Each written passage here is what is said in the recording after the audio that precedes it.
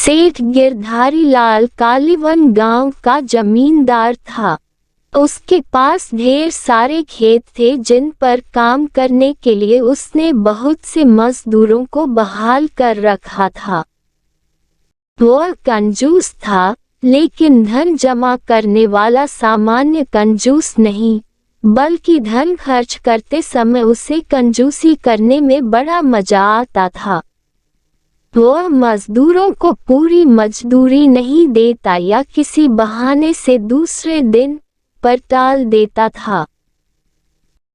बेचारे गरीब मजदूर इसलिए चुपचाप रह जाते थे कि कहीं और उन्हें शायद काम न मिले।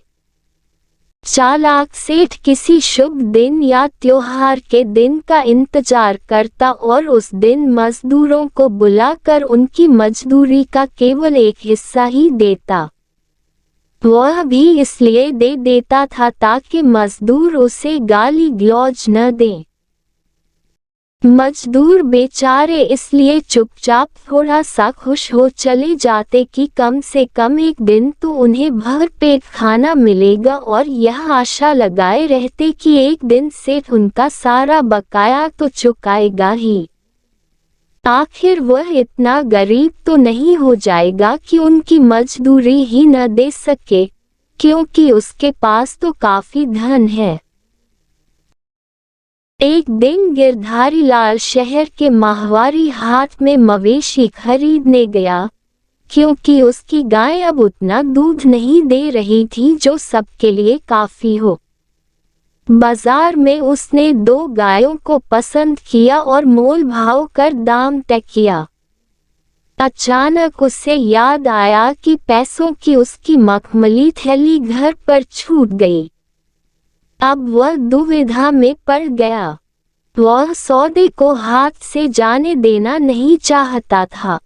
वह जानता था कि मवेशी का सौदागर कल तक इंतजार नहीं करेगा और किसी के हाथ गायों को बेच देगा। उसने सोचा कि उसे किसी न किसी तरह पैसों का जुगाड़ वही करना होगा ताकि उसी दिन गायों को घर ले जा सके। गिरधारी लाल किसी महाजन की तलाश करने लगा। बाजार के पास ही उसे एक महाजन मिल गया, लेकिन किसी जमानत या सुरक्षा के बिना उधार देने को तैयार न था। सेठ के पास उस समय सोने की मूठ वाली कतार थी जो उसे उसके दादा ने भेंट में दी थी। घर से बाहर जाते समय डाकुओं के डर से वह इसे हमेशा अपने पास रखता था। सेठ गिरधारी लाल ने अपनी कतार दिखाते हुए महाजन से कहा, "ये हमारी पुश्तैनी कतार हमारे दादा की भेंट है। ये हमारे लिए अमूल्य है। साथ ही इसकी मूठ सोने की है, लेकिन लाचारी है, इसलिए इसकी जमानत मैं देने को तैयार हूँ।" महाजन कतार की जमानत पर उसकी जरूरत भर ऋण देने को तैयार हो गया। गिरधारी लाल ऋण लेकर और कुछ दिनों में ऋण लौटा कर कतार वापस ले जाने का वादा करके बाजार चला गया और उन गायों को खरीदकर उन्हें एक युवक की सहायता से अपना गांव ले आया। गिरधारी लाल कई सप्ताह बल्कि कई महीनों तक महाजन को ऋण चुकाने नहीं गया। महाजन धीरज के साथ इंतजार करता रहा और सोचता रहा कि सोने की मूठ वाली कतार को क्या करे। क्या उसे बेचकर सूद के साथ ऋण का पैसा वसूल कर ले? लेकिन महाजन से कतार कौन लेगा? उल्टा कोई देख लेगा तो जितने लोग उतनी तरह की बातें बनाएंगे और उसकी प्रतिष्ठा धूल में मिल जाएगी। इसलिए वह चुपचाप रहा और उसने जमींदार के पास अपने नौकर को भेजने का निश्चय किया। जब नौकर जमींदार के घर आया तो वह घर पर नहीं था। नौकर वापस चला गया। कुछ दिनों के बाद उसे फिर जमींदार के पास भेजा गया। किंतु इस बार भी बल जमींदार से नहीं मिल पाया, क्योंकि यह बीमार होने के कारण सो रहा था। जमींदार के नौकरों ने महाजन के नौकर को वापस भेज दिया। महाजन, इस आशा से कि जमींदार मेरे नौकर के जाने का संदेश पाकर ऋण लौटाने के लिए स्वयं आ जाएगा, कुछ और दिनों तक धैर्यपूर्वक सब सहता रहा। उसके बाद निराश होकर उसने एक योजना बनाई। जब अगली बार नाई सुखराम उसके बाल काटने आया तब उसने उसे सारी कहानी बता दी और साथ में ये भी कहा कि उसकी कटार कहीं गायब हो गई है। अच्छा यही होगा कि जमींदार ऋण वापस कर अपनी कटार लेने न आए। महाजन जानता था कि सुखराम खबर फैलाने में माहिर है और उसके द्वारा शीघ्र ही यह खबर सब तक पहुंच जाएगी कि जमींदार ने ऋण अभी तक नहीं चुकाया है और महाजन को जमानत में दी हुई उसकी सोने की मठ वाली कटार गायब हो गई है। सचमुच हुआ भी ऐसा ही। ये खबर आसपास के गांवों में सब जगह फैल गई। जब वह नाई बाल काटने के लिए जमींदार के घर आया तब उसने ये खबर उसे भी सुनाई।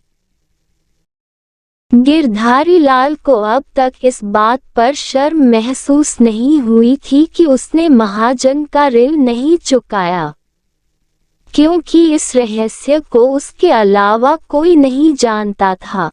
लेकिन अब उसने अनुमान लगाया कि बहुत से ग्रामीणों को उसके ऋण के बारे में पता लग गया होगा।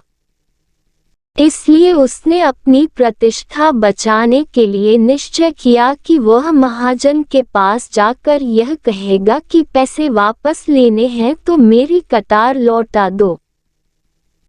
यद्यपि उसे पूरा विश्वास था कि उसे एक पैसा भी खर्च नहीं करना पड़ेगा, क्योंकि कटार खो जाने के कारण महाजन उसे लौटा नहीं सकेगा, फिर भी वह महाजन के पास काफी पैसे लेकर गया। महाजन ने जब जमींदार को ये बताया गया कि उसकी कटार की चोरी हो गई है तो उसने खूब हो हल्ला मचाया। किसे विश्वास होगा कि महाजन जमानत के लिए कतार रखेगा? उसने ऊंची आवाज में चिल्लाते हुए कहा। उसने सावधानी पूर्वक सोने के दस्ते की चर्चा नहीं की। भला महाजन के घर से कतार कौन चुराएगा? वह और भी जोर से चिल्लाया। जमींदार भीड़ इकट्ठा करने के लिए महाजन का मजाक उड़ाते हुए ठठाकर हंसने लगा। जब सड़क पर काफी भीड़ इकट्ठी हो गई, तब जमींदार ने महाजन से कहा, क्यों नहीं घर के अंदर जाकर कतार की खोजबीन करते? उसे यह उम्मीद थी कि महाजन अंदर जाकर शीघ्र ही बाहर आ जाएगा और उससे यह कहेगा कि हिसाब बराबर हो गया और इस तरह ऋण का एक पैसा भी वापस करना नहीं पड़ेगा। महाजन दबते सहमते अंदर गया और बहुत देर तक बाहर नहीं आया।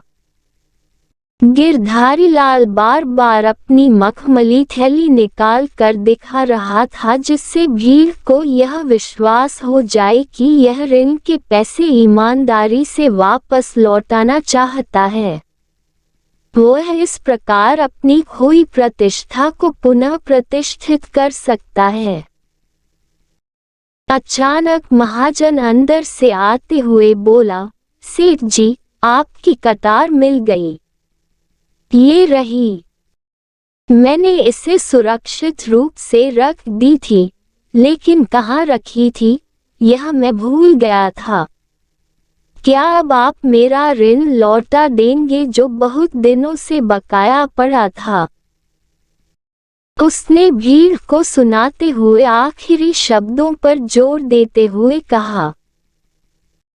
गिरधारी लाल को लाचार होकर सूद सहित ऋण के सारे पैसे भुगतान करने पड़े। लोगों ने देखा कि वह ऋण चुकाने के बाद सिर नीचे किए जाने लगा। भीड़ के लोग छी छी कर रहे थे, लेकिन उसने सिर उठाकर किसी को नहीं देखा। गिरधारी लाल को एक सीख मिल गई थी।